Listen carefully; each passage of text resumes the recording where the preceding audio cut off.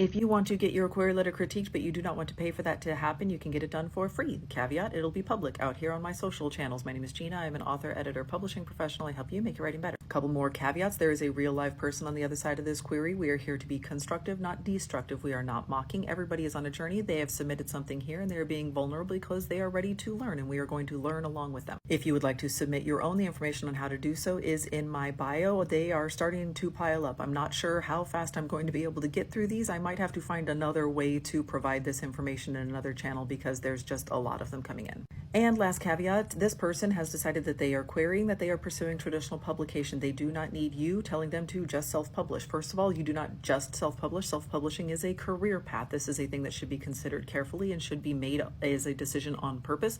So please do not come in here and tell another grown-up person what they should be doing with their career, what they should be doing with their lives. They've made their decisions. You have made yours. I hope that you are happy with yours. I want them to be happy with theirs, and we're going to all just support each other because this business is hard enough.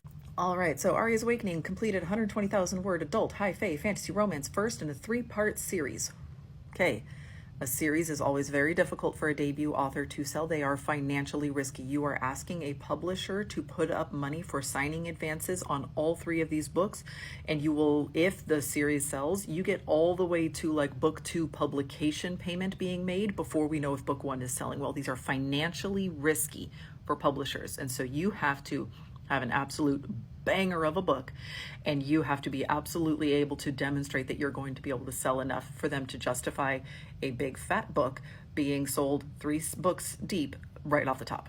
I know that this is not actually that huge, but for a debut author, this is on the longish side, especially when we are asking them to pay for 3 of them and all of the binding and shipping and all of the editing process that goes into a longer book right from the beginning. And then we explore themes of enemies to lovers, and we don't put that in a query letter. So we do not want to talk about themes that are being explored, lessons that need to be learned, the inspiration for my emotions behind this book. We don't put any of that in the query letter. The query letter should speak for itself on that, or it's not necessary. It doesn't need to be here. This is also becoming much more popular in self-publishing, where people are listing the tropes, because this is not a theme. This is a trope. That's a trope. That's not a theme. That's a trope, right? So these are just like plot points. They're just things that have self-sacrifice is where we get the closest to a theme.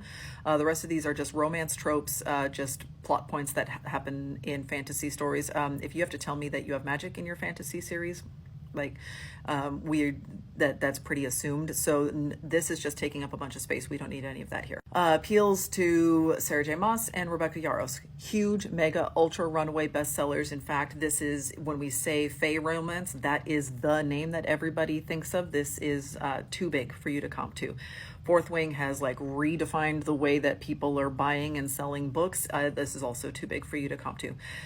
These are outliers. These are huge, ultra mega bestsellers. You need to demonstrate that there is a market for the everyday regular run-of-the-mill book in this space, and so you cannot be using these big, huge bestsellers like this. All right. Arya's life is irrevocably changed when her human family is murdered at the hands of the Court of Shadows. Rescued and raised by King Pyrrhus, she grows up as a human princess in the Court of Flames. So we are already like playing on the same words that have been used over and over again. And if you talk to people in this fantasy and romantasy kind of space, this like YA adult crossover romantasy space, this is the thing that they will latch onto, is this titling, this naming convention. The Queen of Shadows, the Court of Queens and Shadows and Wings and Ruin and Shadows and Crowns and Embers and Ashes and all of this they're going to latch onto that. And so by putting here, we have Court of Shadows and Court of Flames. So like these are both also terms like that are used in Sarah J. Maas's series titles. Like it again makes it look like, and I don't know this about you, I don't know you personally, it makes it look like these are the only books you've ever read. If you're using this terminology that is like tied up and bound up in all of her titles, and then you're comping to her, it makes it look like that this is all that this is based on. So she's a human princess, title does little for her, and again, let's look at how long the query letter is. There's kind of a lot here. She wants nothing more than to know secrets of her elusive past. Don't we all? Tensions rise between flame and shadow courts. Finds herself caught in the web of political intrigue and pending war. Pyrrhus is revealed to have plans to use her as a pawn in his quest for power. This is a lot of words to say not a lot of stuff. So she is adopted and being used as a pawn in a war. That is the crux of all of this. This is a lot of backstory. This is very wordy for something that's actually a very simple concept. All right, eventually she is captured by Prince of Shadows, who has his own plans for her, and the war begins as a captor-captive relationship, turns into an unexpected love affair. Both fight to deny. She uncovers the truth about her Fey heritage, power she possesses, the dark secret about her heritage, revelates. So this is another reason why putting all of the backstory in that first paragraph is not particularly helpful, because here you are like listing it all again from her point of view in the second paragraph. Revelation becomes more critical as the king partners with the Dark One, threatening to plunge the entire realm into darkness. She learns she is the key to destroying the Dark One, but this realization comes with the harrowing knowledge that it will cost her own life to save the realms. So, chosen one trope. We have spent 2 long paragraphs to say that she is a fae being raised by humans, a pawn in the war with a chosen one trope behind it. Like, this is very wordy. This is a lot of backstory. This is a lot of extra information that doesn't necessarily need to be in the query, and it doesn't set us apart from anything else in this space. A lot of agents and editors are saying that they are starting to get tired of this romantasy stuff, that it is sort of like burning itself out, because it is a lot of this stuff being recycled and being done over and over again. You see the same titles, you see the same verbiage come up over and over again. We have a dark past, and either she's a human being raised by the Fae, or she's a Fae being raised by the humans, right? Like, that is straight out of ACOTAR, right? Which ACOTAR is actually quite old. I wouldn't be using that as a comp title either. Fourth Wing is new. But that is, Fae, and I guess Pharaoh wasn't actually like Fae. She got turned into a Fae. It's been a long time since I read these books. But so we're seeing this starts to feel kind of recycled. Instead, you want to focus on the things that make your story fresh and interesting, and what you are bringing to this genre that is starting to wane a little bit. This is not as fresh and invigorating as it was a couple of years ago. So if you're going to be published in this space, you need to make sure that you are bringing something fresh and new and interesting to the table, and focus on that rather than focusing on the things that are all the same. This is contradictory to what happens in the self-publishing space, because in the self-publishing space, they are focused on connecting with the readership that already exists. And so those authors are often saying like, hey, I got your tropes, I got your stuff that you love. You liked cake. I've got more cake for you. Here, have more cake. Publishing, as on the traditional side, is often trying to like take something that is tried and true, but giving it a new spin, giving it something fresh.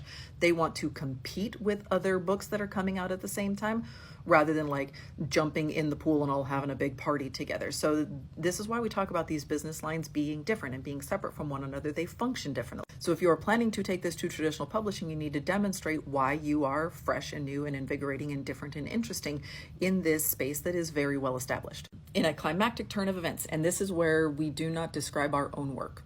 So you're not going to use any terminology. If you are writing a book that is funny, just be funny. Don't tell me that it is funny. If we have a climactic turn of events, you should just be able to tell me what that climax is without telling me that it is climactic. You don't want to tell me that it is harrowing and exciting. You want to demonstrate that through the words that you are using on the page. If it is romantic and sweet, that should be reflected in the language that you are using. All right. So they unite against Flame Court epic battle. Arya has found her answers but must decide what her role will be. Will she choose herself and further pursue her heritage, or will she risk her life to save Harlequin and the Kingdom of Maeve? And this is also like a significant character in a Sarah J. Maas series. So again, this is feeling fairly recycled. It feels like we are not bringing anything new and interesting to the table, even though I'm sure that the story itself does have new and interesting and fun and cool things in it. Those need to be reflected in the query letter as well. If we look at those 5 questions that we want answered in a query letter, who is our main character? We know who our main character is. That's Arya. What is it that she wants? Unclear. Kind of pursuing her backstory, her heritage. That's not super clear on the page here. We have an attraction, also not sure if she wants that, if that's part of her life plan or not. What is she willing to do to get it?